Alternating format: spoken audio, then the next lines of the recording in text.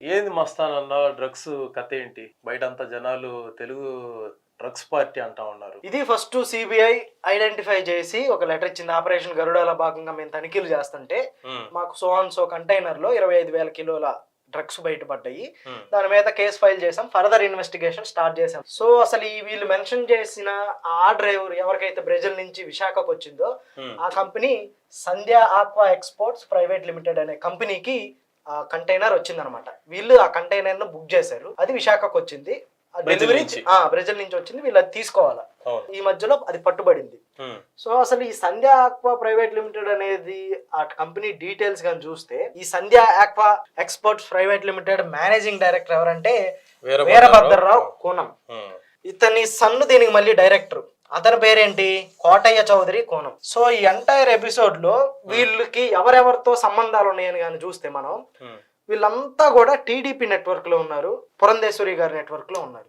అంటే వాళ్ళకి directly or indirectly relatives గా కానీ, పొలిటికల్ గా అఫిలియేట్ అవటం కానీ, మనీ పరంగా లావాదేవీలు కానీ ఉన్నాయి. సో ఒకసారి వీళ్ళ details first managing director Veerabhadrarao Konam అనే అతనికి ఎవరితో రిలేషన్ ఉందో చూద్దాం. ఇదాకా మనం మాట్లాడుకున్న మేనేజింగ్ డైరెక్టర్ వీరభద్రరావు అనే అతను ఇదిగో ఇతను అనమాట, కోనం వీరభద్రరావు సన్ ఆఫ్ కోటయ్య.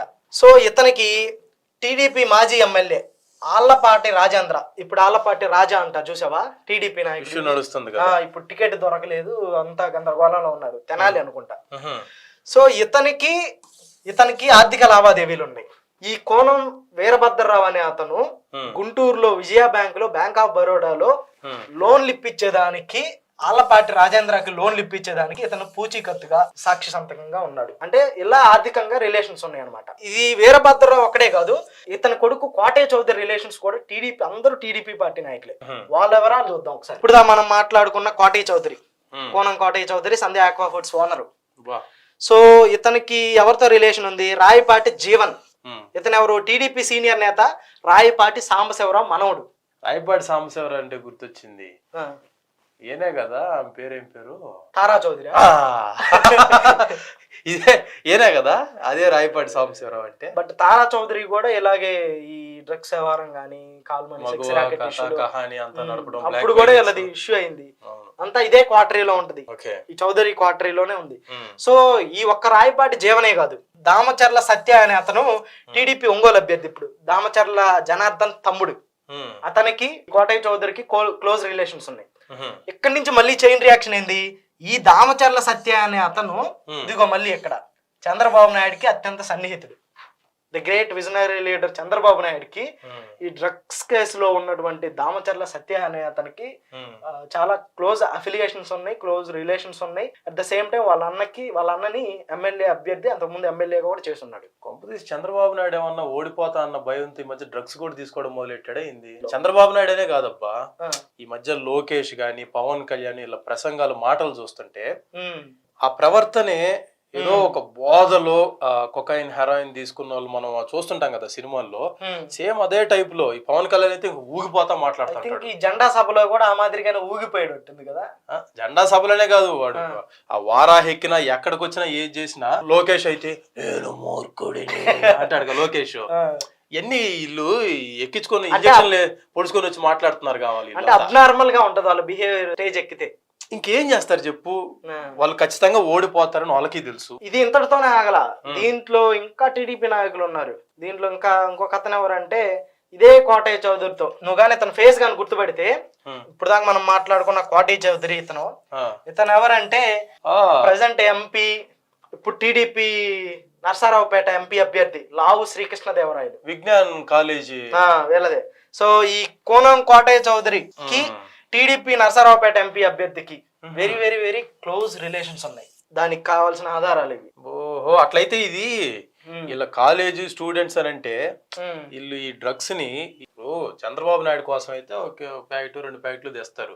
25,000 కేజీలు తెచ్చారంటే వీళ్ళు ఖచ్చితంగా టీడీపీ కాలేజెస్ ఉంటాయి చూసావా, విజ్ఞానం అయితేనేమి కొంచెం వాళ్ళకి లీన్ అయి ఉండేది, ఏవేవైతే టీడీపీ నాయకులు కార్యకర్తలు నడుపుతున్నారు ఆ కాలేజెస్ లో, మేబీ అక్కడ కూడా వీళ్ళు ఆ డ్రగ్స్ ఇంజెక్ట్ చేస్తున్నారేమో గేతమ్స్ లో, ఎవరికి తెలుసు. లేకపోతే అన్ని వేల కేజీలు ఎందుకు ఇంపోర్ట్ చేస్తారు, అది పైగా ఎలక్షన్ టైంలో ఇంత డేర్ అండ్ డాషింగ్ స్టెప్ ఎలా తీసుకుంటారు. అలా డ్రగ్స్ ఇచ్చైనా గానీ ఓట్లను ఆకర్షిద్దాం అనుకుంటున్నాడు చంద్రబాబు, మిస్టర్ నారా లోకేష్, తెలుగుదేశం పార్టీ వీళ్ళంతా కలిసి. మేబీ ఫండింగ్ అంతా అయిపోయింది, మన కొత్తగా రెవెన్యూ జనరేట్ అవ్వాలి, ఫాస్ట్ గా ఎక్కువ మొత్తంలో మనీ వచ్చేది ఇలాంటి బిజినెస్ల ద్వారానే, మారక ద్రవ్యాలతోనే ఎక్కువ డబ్బులు ఇన్కమ్ గానీ వచ్చేది. షిఫ్ట్ టైం, భవిష్యత్ గ్యారంటీ అంటున్నారు కదా, ఇదే భవిష్యత్ గ్యారంటీ. ఈ రకంగా డ్రగ్స్ ఇచ్చా శ్రీకృష్ణదేవరాయలు, దామచర్ల సత్య, రాయపాటి సాంబశివరావు సంబంధించిన వాళ్ళే కాదు, దీనికి బీజేపీ ఇప్పుడు ఏపీ బీజేపీ ప్రెసిడెంట్ పురంధేశ్వరి గారికి కూడా ఈ కోటయ్య చౌదరితో రిలేషన్స్ ఉన్నాయన్నమాట. ఇక్కడ ఒక గ్రేట్ థింగ్ ఏంటంటే, ఎంత పురంధేశ్వరి బీజేపీకి సంబంధించిన ఆవిడైనప్పటికీ సిబిఐ వాళ్ళు ఎక్కడా వెనక్కి తగ్గకుండా చాలా అసలుకి ఇండిపెండెంట్ స్టెప్ వాళ్ళ లేకుండా పార్టీలకు అతీతంగా చేశారు. మామూలుగా అయితే రాష్ట్ర ప్రభుత్వానికి ఆ చెకప్ కి అసలు సంబంధం ఉండదు, ఎందుకంటే విశాఖపట్నం పోర్ట్ అనేది కేంద్రం పరిధిలో ఉంది, అది మొత్తం కూడా కేంద్ర ఆధీనంలో ఉంటది, దానికి ఆంధ్రప్రదేశ్ గవర్నమెంట్ ఇన్వాల్వ్ అయ్యే ఛాన్సే లేదు.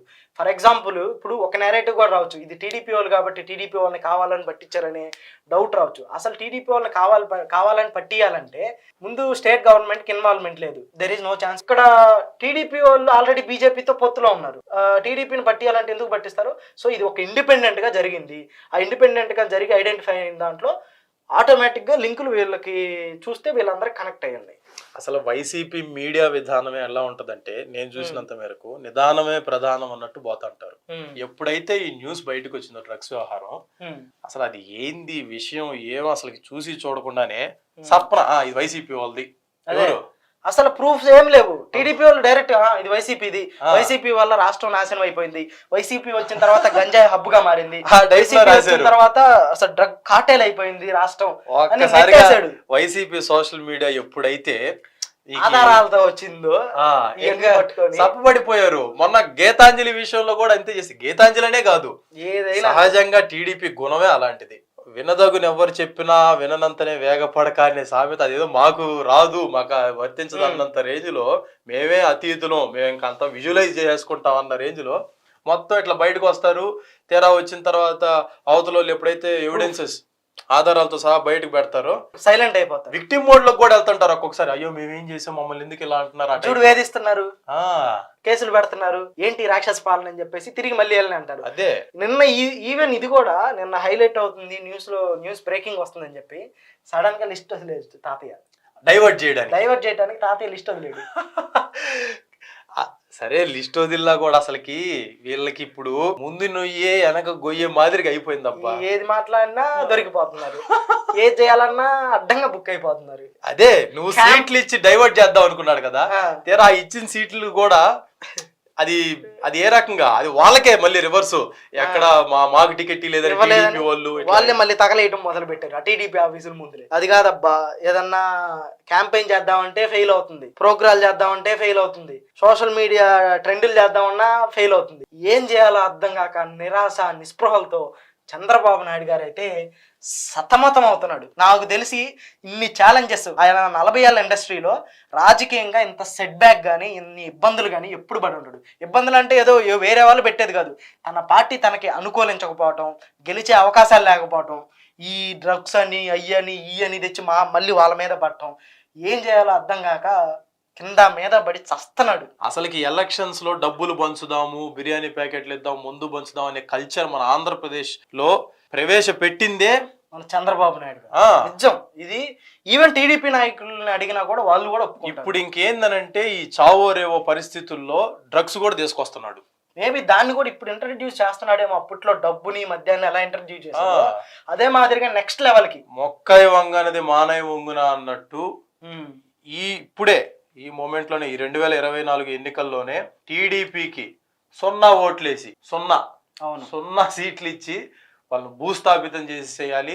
ముఖ్యంగా చంద్రబాబు నాయుడిని అసలుకి రాజకీయాల్లో కనపడకుండా చేసేస్తే ఇలాంటి నాన్ సెన్స్ న్యూసెన్స్ ఏమి లేకుండా హ్యాపీగా ఉంటారు. ఆంధ్రప్రదేశ్ ప్రజలు హ్యాపీగా బతుకుతారు.